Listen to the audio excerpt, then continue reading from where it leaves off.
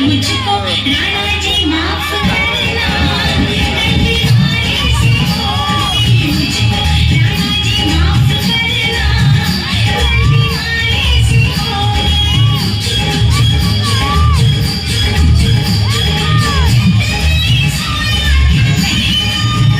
अभी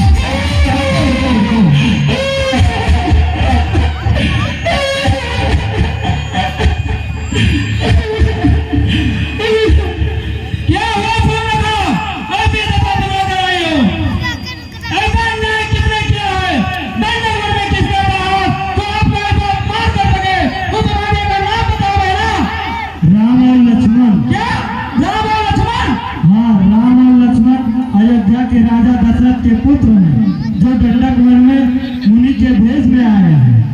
यदि मुझे अकेली देखकर मेरे साथ दुर्व्यवहार किया, यदि मेरे सच्चे भाई हो तो मेरे इस घाव का प्रतिशोध लो भैया, तभी मेरे मन को शांति मिलेगी। परंतु तुम वहां करने क्या गई थी सुर्पनखा? मैंने देखा कि उनके साथ एक अत्यंत सुंदर स्त्री है। फिर मैंने सोचा कि बड़े भैया राजा रावण के लिए इससे सुंदर उपहार और क्या होगा, और मैं उसे लाना चाहिए कि उन दोनों भाई ने मेरी नाक काट दी भैया।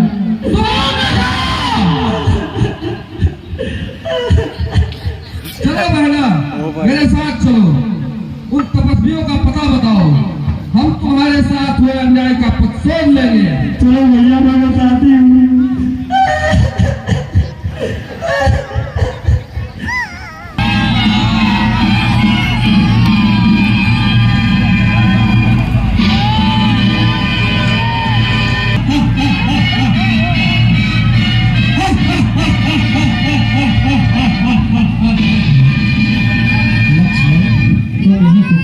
आती ही नहीं, जवाब भैया।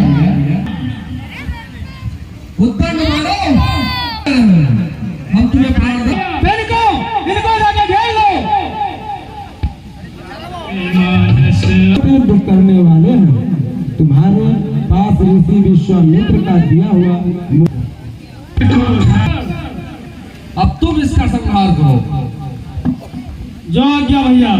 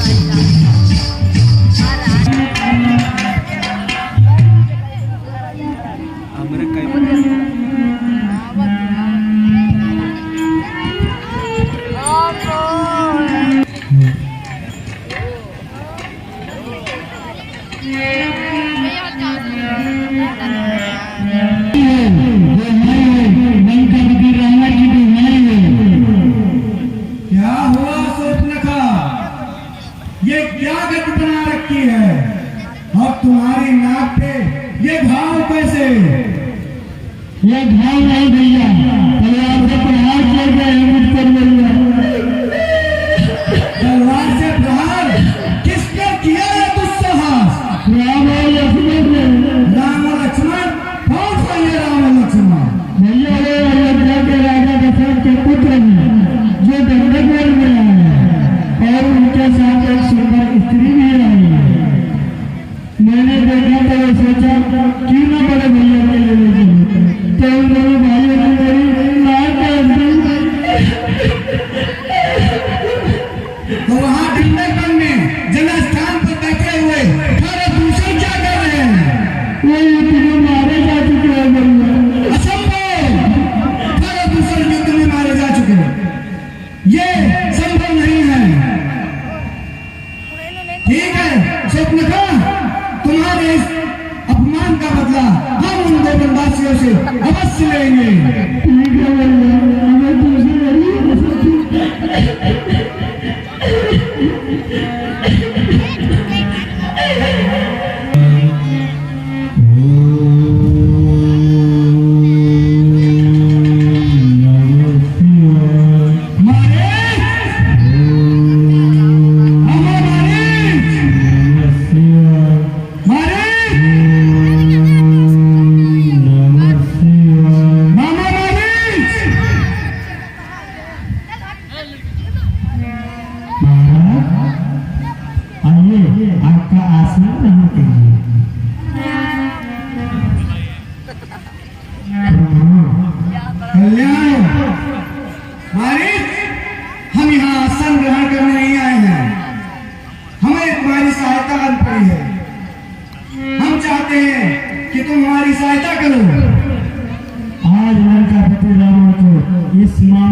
मारिच से क्या सत्तार पड़ी है। डंडे करने दो बनवासियों ने उत्पात मचा रखा है। उन्होंने हमारी बहन सुर्पनखा की नाक काट कर उसे अपमानित किया है। हम उसकी स्त्री का हरण करना चाहते हैं, अतः हम चाहते हैं कि तुम इस कार्य में हमारा साथ दो। परंतु महाराज, मैंने आजम का मार्ग छोड़ दिया है, इसलिए मैं आपकी सहायता नहीं कर सकता। मारिच, दशानन के आदेश न मानने का परिणाम जानते हो? यदि मेरा साथ नहीं देगा तो सारा ज्ञान भुला दूंगा।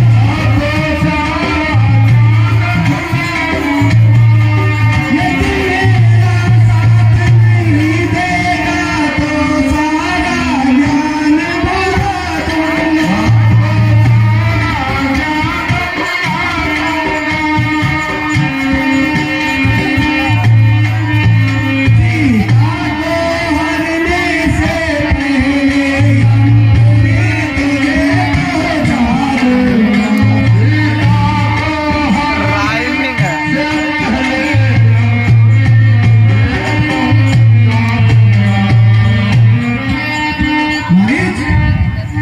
यदि मेरी आज्ञा का उल्लंघन करोगे तो इसका परिणाम तुम जानते हो, तुम्हें मृत्युदंड दिया जाएगा।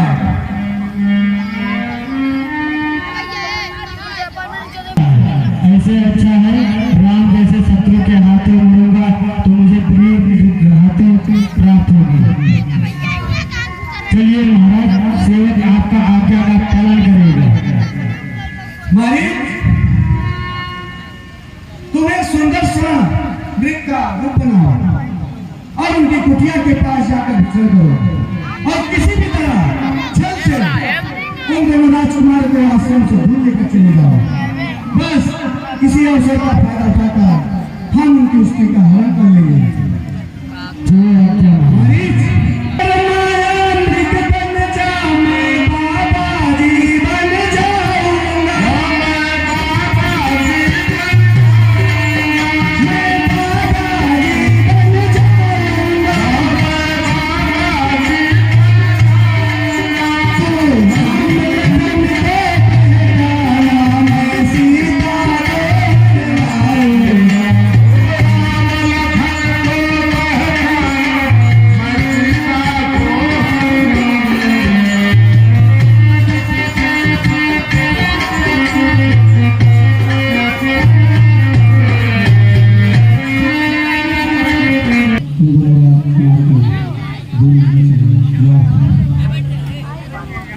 आईडी वो बता रहे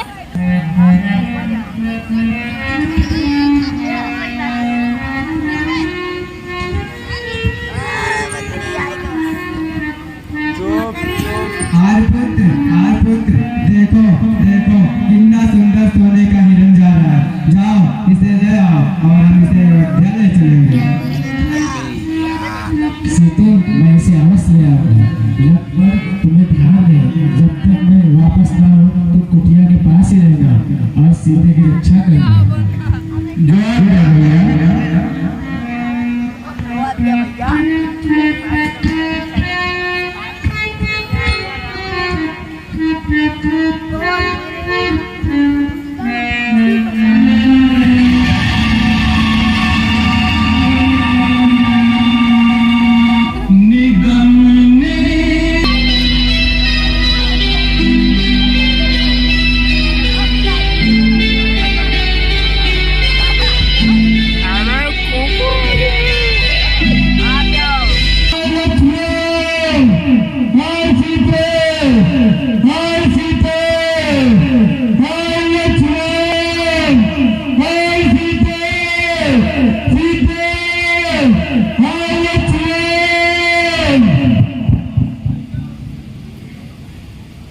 तुमने कुछ सुना लक्ष्मण?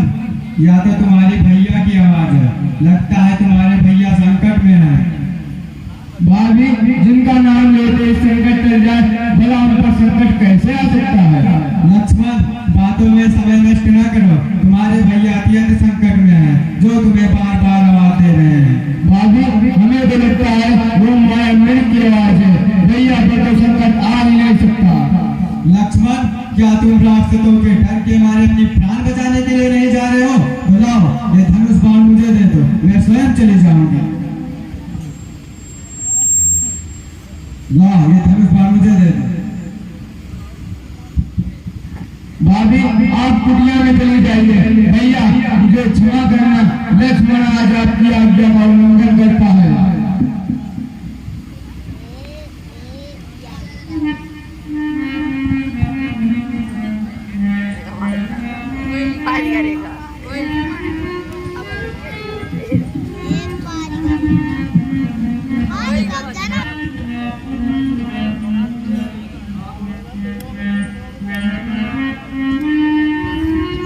माता, गुरु की दी हुई शिक्षा से मैंने कुटिया के चारों तरफ अतिरिक्त दीवार छोड़ दी है। किसी भी परिस्थिति में रेखा के बाहर मत आना।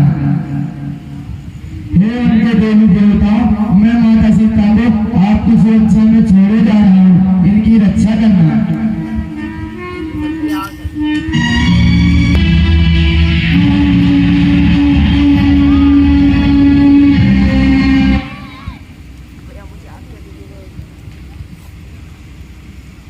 भिक्षाम देहि।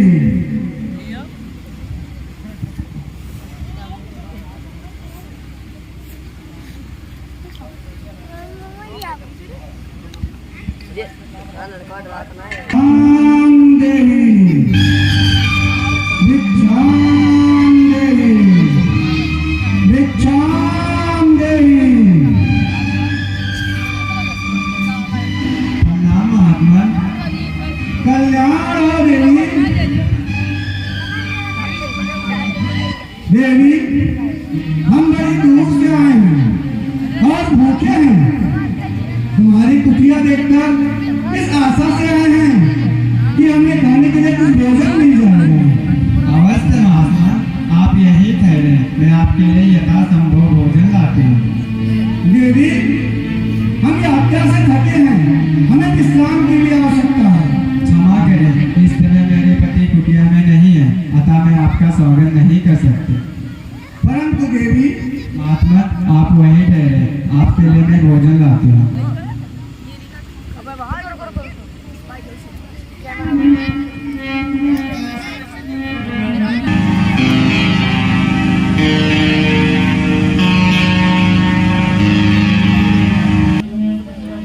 मैं आपके लिए भोजन लाई हूँ, लीजिए। यहीं ले आओ देवी। आप ही को आना होगा। हमने तो भाषण जमा दिया, यात्रा से थके हैं, बार बार उठे नहीं जाता। जो कुछ भी लाई हो यहीं लाकर दे दो। भगवान, मैं इस रेखा के बाहर नहीं आ सकती, कृपया आप ही को आना होगा। तुम कोई आर्य करने में लगती। अतिथि भगवान का रूप होता है और तुम हमारा अपमान कर रही हो। नहीं नहीं अतिथि देवता, मैं आपका अपमान नहीं कर रही हूँ। मेरे देवर ने मर्यादा की एक रेखा खींच दी है, अतः मैं इसके बाहर नहीं आ सकती। बस बहुत हुआ, तुम बार बार हमारा तिरस्कार कर रही हो। पहले तो हमने कुटिया के अंदर आने से रोक दिया, अब तो उससे ही भोजन दे रही हो। अरे जैसे हम कोई पशु पक्षी हो। ऐसा व्यवहार तो किसी नीच के साथ किया जाता है। साधु महात्मा जब द्वार पे आए तो बड़े आदर के साथ उनका सम्मान किया जाता है, और तुम हमारा तिरस्कार कर रही हो। ठीक है, हम चले जाते हैं, परंतु इसके बदले हम तुम्हें श्राप देते हैं। नहीं नहीं मुझे देवता, मुझे अपनी पुत्री समझकर मेरी व्यवस्था को समझने की चेष्टा कीजिए। हम सब समझते हैं, हम सब जानते हैं। इस समय तुम्हारा पति वन में एक हिरण के पीछे भाग रहा है। उस हिरण ने अपने तीखे सिंगों से कई बार तुम्हारे पति को आहत भी किया है। हम तुम्हारे पति को श्राप देते हैं। नहीं नहीं, मेरे पति को श्राप मत दीजिए, मुझ पर दया कीजिए। मैंने आपकी शक्तियों को पहचाना नहीं था। जाओ कन्या, हमने तुम्हें क्षमा किया। हम तुम जैसी सुंदरी को दुखी नहीं देख सकते। मैं मिथिला नरेश महाराज जनक की पुत्री हूँ, मिथिला की राजकुमारी। और इस अवस्था में तुम्हें तो किसी त्रिलोकपति की पत्नी होना चाहिए। मेरे लिए मेरे पति ही त्रिलोक के पति है, उनसे बड़ा कोई और हो सकता है क्या? अवश्य हो सकता है सीते, हम तुम्हें बताते हैं। जिसके नाम से ही देव, दानव, गंधर्व, यक्ष, किन्नर, नाग, यहाँ तक कि समस्त देवी देवता भैंसी काटने लगते हैं, जिसके आदेश से ही यह समस्त ब्रह्मांड चलायमान होता है, जिसके विपरीत माँ की याद देने से जमीन धरती पर भूकंप आ जाता है। तुम्हें तो उस दिग्विजयी प्रतापी लंकाधिपति रावण की पत्नी होनी चाहिए। ऐसे कटु वचन कहते हुए तुम्हें लज्जा नहीं आती? तुम एक तपस्वी के भेष में कौन हो? वही तुम्हारा दास लंकाधिपति रावण। रावण? हाँ, रावण।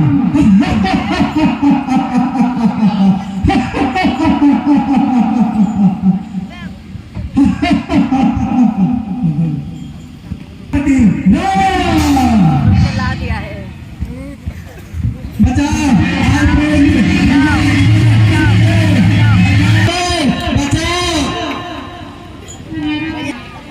चलो चलो चलो फॉलो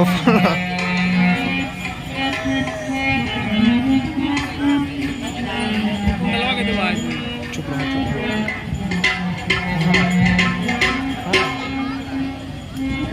हैं? बचाओ! बचाओ! आर्पुत्र भैया लक्ष्मण बचाओ! बचाओ! आर्पुत्र भैया लक्ष्मण बचाओ!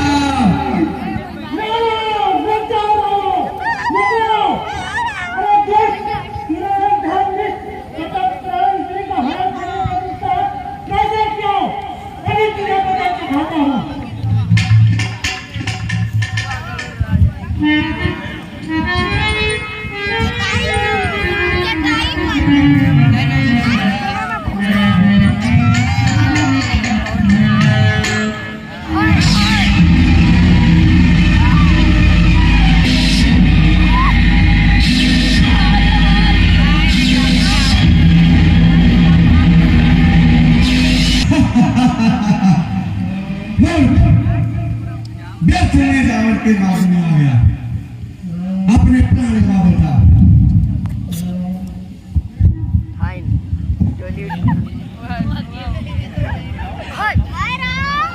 भाभी कुटिया में नहीं है। क्या कहा लक्ष्मण? सीते कुटिया में नहीं है। जो देखिए लक्ष्मण, सीते सीते भाई, सीते भाई, सीते भाई, सीते भाई,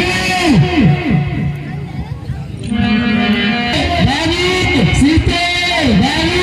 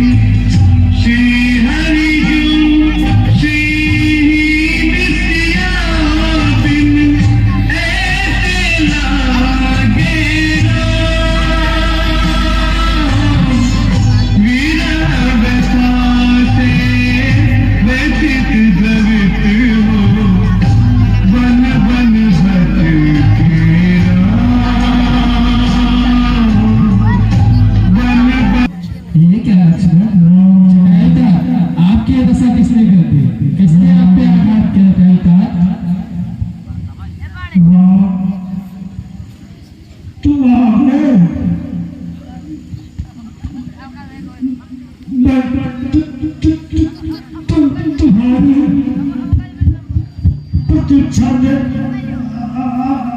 अपने प्राणों को रोके हुए रहा। मैं सीता का पता बताना चाहता था। सीता का पता कहाँ है? सीता वो ले गया है राम। कौन ले गया है? लंका का राजा राम पापी दक्षिण दिशा ले गया है राम। मैं बहुत लज्जित हूँ कि मैं उसे छुड़ा नहीं सका। उसे रोक नहीं सका।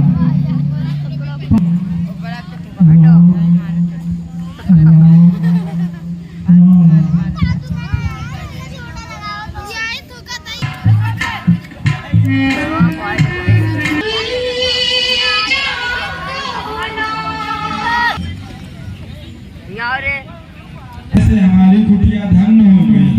आप आसन ग्रहण कीजिए प्रभु, मैं आपकी चरण पखारती हूँ। नहीं माते, इसकी कोई आवश्यकता नहीं है। आपके स्नेह भरे वचनों से मैं पहले से ही पवित्र हो चुका हूँ। प्रभु आपको तो भूख लगी होगी। हाँ माते, मैं अभी फल लेकर आती हूँ।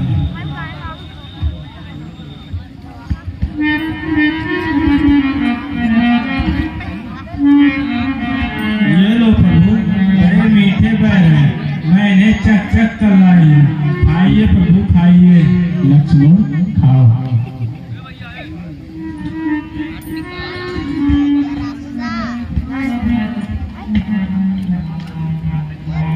वाह, मीठे हैं प्रभु, बहुत मीठे माते। मेरे गुरु मतंग ऋषि ने मुझसे कहकर गए थे कि तेरी कुटिया में एक दिन श्री राम अपने भार्या को खोजते हुए अवश्य आएंगे। आज उनकी वाणी सत्य होती दिखाई दे रही है। क्या गुरुदेव को पहले से ही पता था? हाँ प्रभु, उन्होंने कहा था कि जब श्री राम अपने भार्या को खोजते हुए आए तो उन्हें सुग्रीव का पता जरूर बताना। महाराज सुग्रीव हमें कहाँ मिलेंगे माते? आप अनजान के बाद पूछते हैं प्रभु तो बताती हूँ। यहाँ से आगे चलकर एक पंपापुर नामक सुंदर सरोवर मिलेगा। उसके दक्षिण तट की ओर ऋषिमुख पर्वत और मलयांद्र नाम के दो प्रमुख पहाड़ शिखर दिखाई देंगे। सुग्रीव अपने 4 मंत्रियों सहित वहीं रहते हैं, जिनमें से एक हनुमान नाम का परम भक्त भी। हे माता, अब हमें जाने की आज्ञा दीजिए। प्रभु, मुझे नवधा भक्ति का ज्ञान देने की कृपा करें। माता, जो हमने बीज रूप से सुन रखा है वो मैं हृदय से कहता हूँ, आप हृदय से धारण कीजिए।